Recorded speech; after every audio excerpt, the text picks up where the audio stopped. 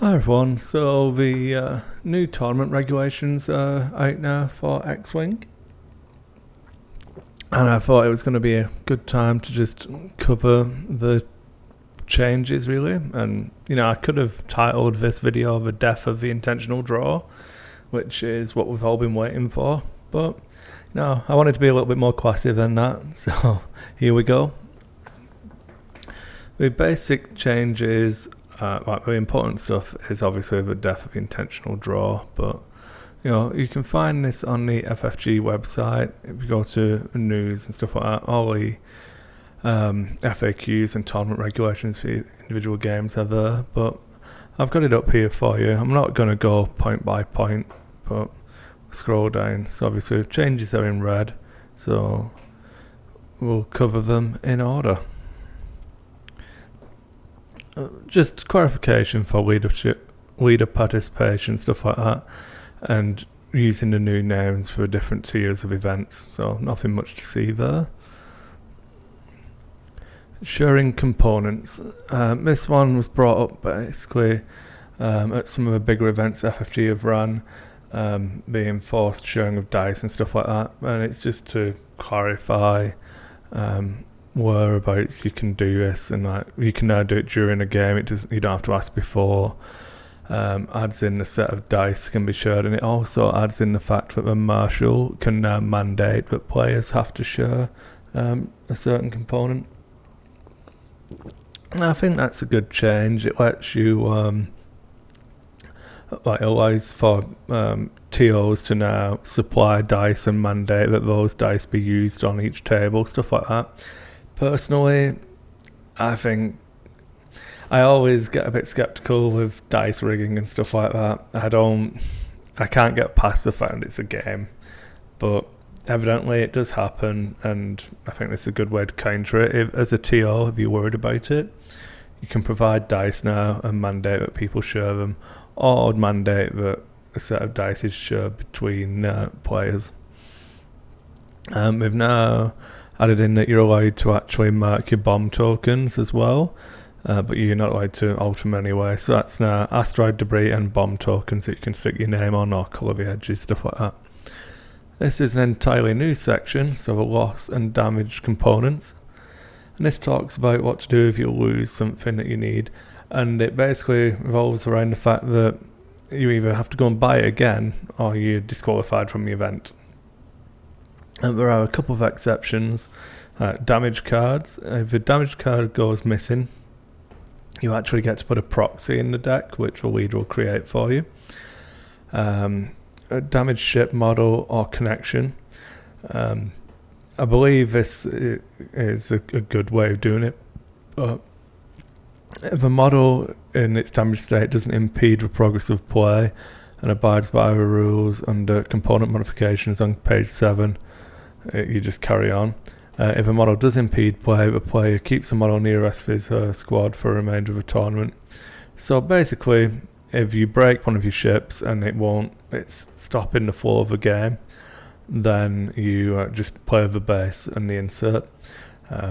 So stuff like if you've snapped a gun off a B-wing, that's fine, you just keep playing with it.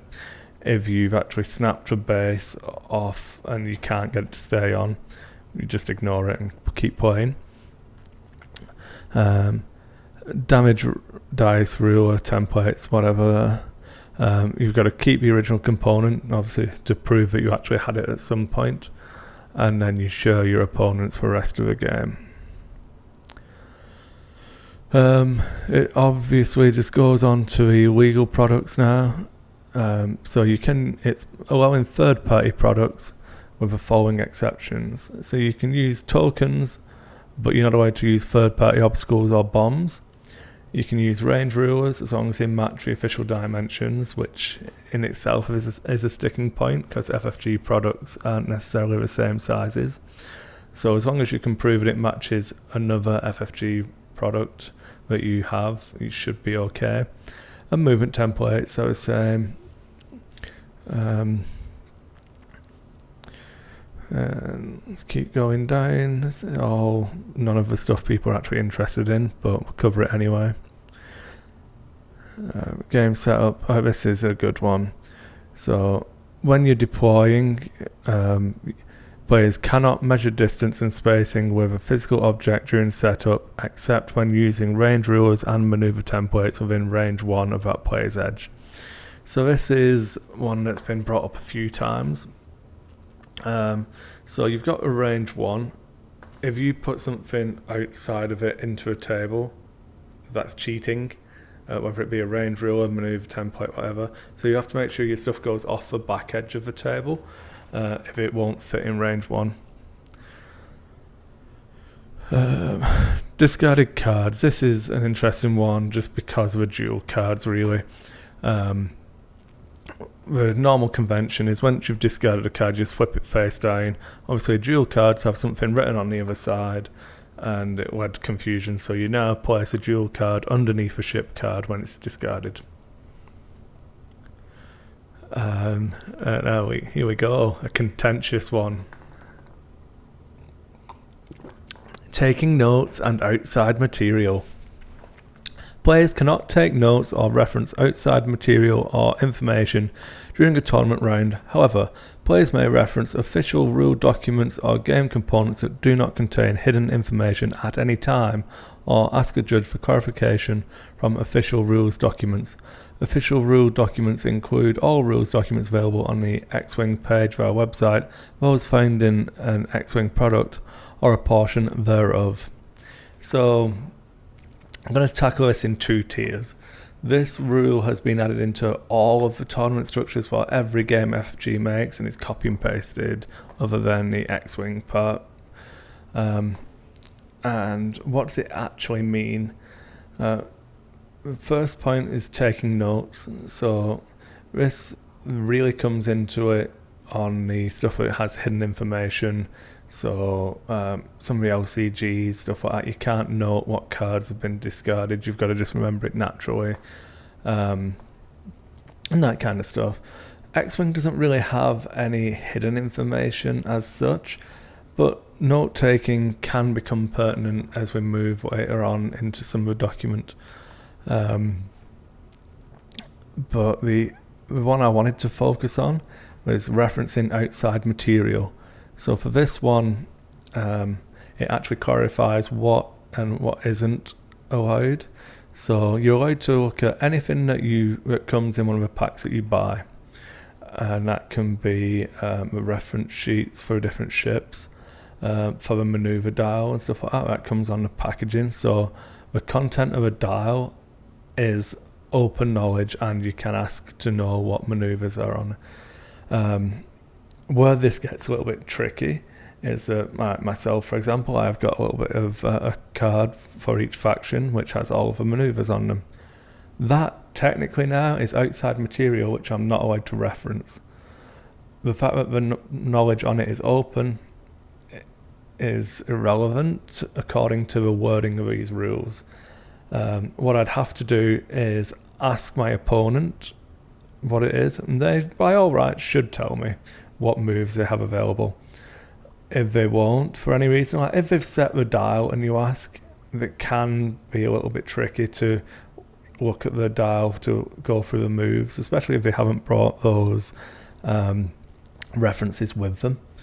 So the TO should have some form of documentation available, but it's a tricky one because obviously the spirit of the rule is that you should be able to look at those maneuvers whenever you like. Unfortunately, the wording of the rule does prevent the use of those maneuver cards and stuff like that. So, a bit of a tricky one, but anything that is from the official FFG website, be it the FAQ or this document I'm reading from now, the rules reference guide, learn to play book, anything that comes in the product is open knowledge. So like the reference cards that come in for how bombs work, stuff like that, you can reference those, but you can't take notes, and you can't look at, for example, if you've got openings on your phone for where each move will put you, you can't look at that once the game started. Okay. Tournament concept. So word corrections. Tournament round times. This is another interesting one, which I think ties in with the note taking in X-Wing. So it's now official, obviously, 75-minute Swiss rounds, 75-minute single elimination rounds, and now the final is 120 minutes, or 2-hour final. I don't feel like this is a bad change at all. As nice as it is to have an untimed final, I think that this is the best way to go. It does add in, obviously, as we'll come to later on, there is no draw anymore. So it is a way of deciding who won in the event of a draw and that time, stuff like that. So I'm all for this change. I mean, I've sat through some long finals commentating games, and 2 hours is more than enough time for it to come to an actual conclusion. If you can't do it in that time, I've got very, very little sympathy for you as someone who's TO'd and commentated events. Okay, so the end of a round, this is the way the game can finish, and there's 2 new bits which reference a final salvo. Well, I wonder what that could be. Calculating a player's score is all the same, and then the final salvo rule. So if both players have the same score at the end of a game, they must fire a final salvo to determine the winner. To fire a final salvo, each player adds together the printed, unmodified primary weapon value of his or her remaining undestroyed ships and rolls attack dice equal to that number. The player who rolls the highest total number of combined hits and critical hits wins the game. If both players roll an equal number of hits and criticals, they roll again until a winner is determined.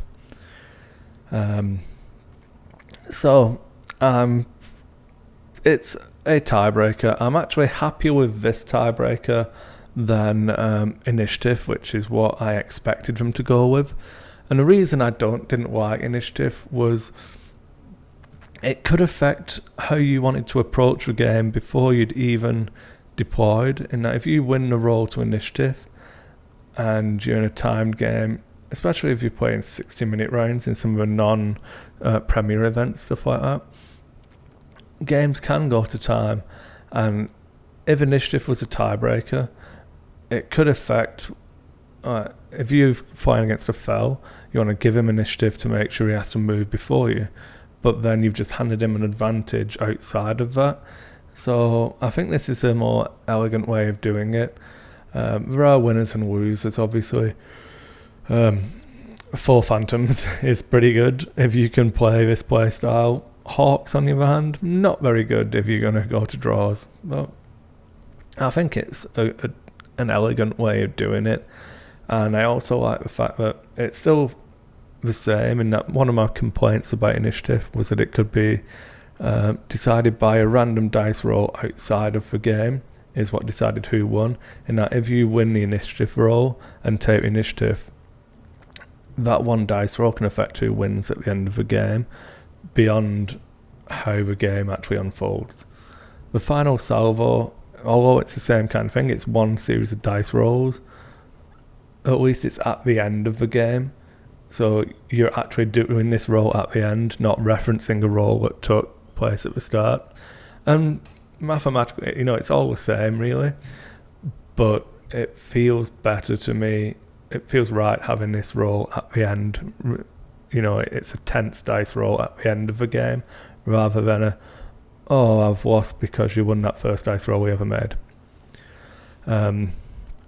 Changes to tournament points, so you now have a binary system of you either win or lose. So I'm happy with that. It's the simplest way of scoring. With the final salvo taking out draws, I'm happy enough. And it also takes out modified wins, which I'm really glad to see gone, because I felt like having a modified win and not a modified loss was just a loss all round. I didn't feel like you benefited from the 3 points you gained, whilst just penalising. So you penalise the person who lost by giving them 0 points, but you also penalise the player who won by not giving them a full win. I think this system's a lot better. And then margin of victory. So MLV is still the second tiebreaker, and that's not really changed. So basic structure is for store championships. It just clarifies when the different structures kick in. The advanced structure is used for regional championships. So regionals now has to have 9 or more players to be considered a regional.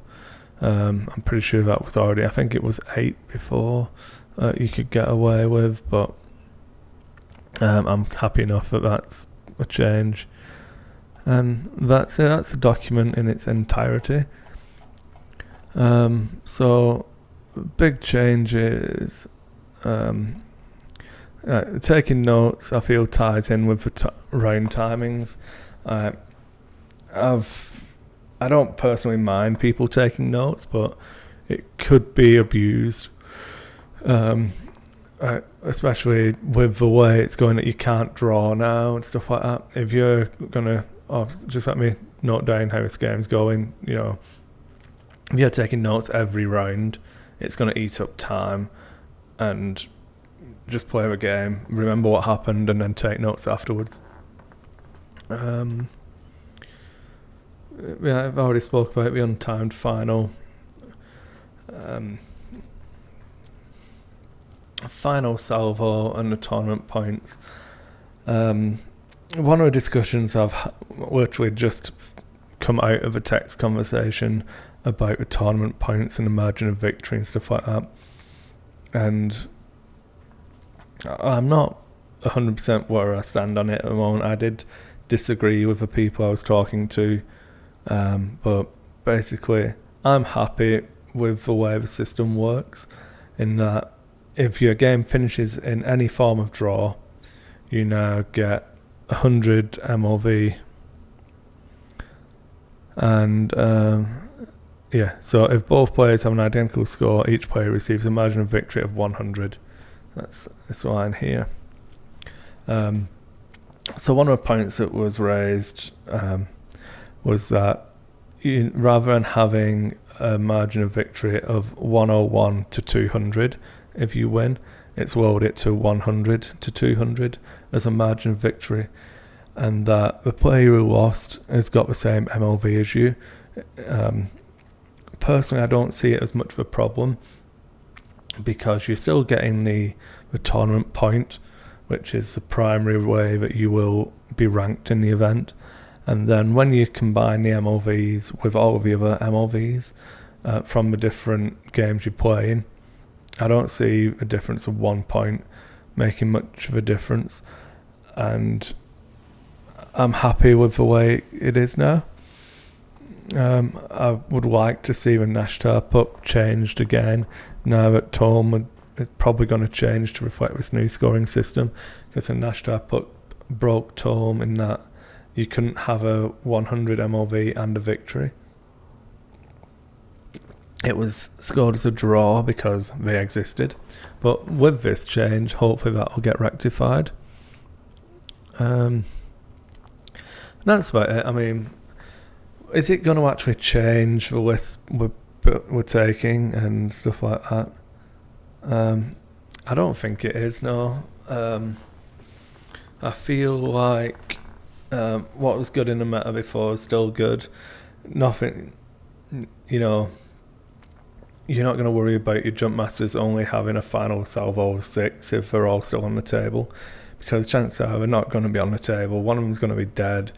You'll hopefully have killed enough of your stuff. So end game scenarios will happen. Obviously, if you're flying a Hawk against anything and the Hawk's the last ship alive, you're going to struggle in that final salvo. So they've taken a little bit of a nerf, and the Phantom's got a little bit of a buff. But all in all, it's not actually, if you make a list where you were going to run Paylob, but suddenly you don't feel like you can cut it because of that, the list probably wasn't going to be good enough anyway.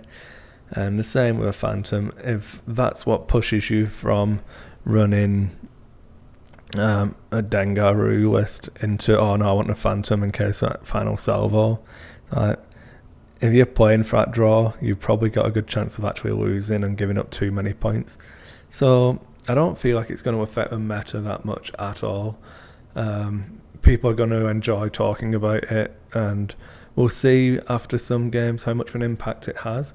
The big thing is that intentional draws have gone away, modified wins have gone away, and draws in general have gone away. We've now got a binary scoring system for X-Wing. So MLV will become more important, but the way you score MLV, obviously, with the death of modified wins, you'll have a bigger spread of MLVs anyway within those brackets, because you only need that 1 point to make it a win. So I don't feel like there's going to be many ties in MLV after tournament points have been counted up. And then the only thing it might do is bring in a little bit more strength of schedule as the second tiebreaker, with the third tiebreaker being random. But I don't think there's going to be many tournaments where it's horribly unbalanced. And I'm happy now that people won't be able to just ID into cuts. You're always going to have to do the best you can. So yeah, good change. I applaud FFG for the work we put into this. It's a good document. The changes seem like they should work without much impact, and all of this comes into effect on the 1st of August. So enjoy your IDs while you can, and then get ready for being able to count number of wins. Thanks a lot, guys. If you think of anything that I've missed, throw in some comments, and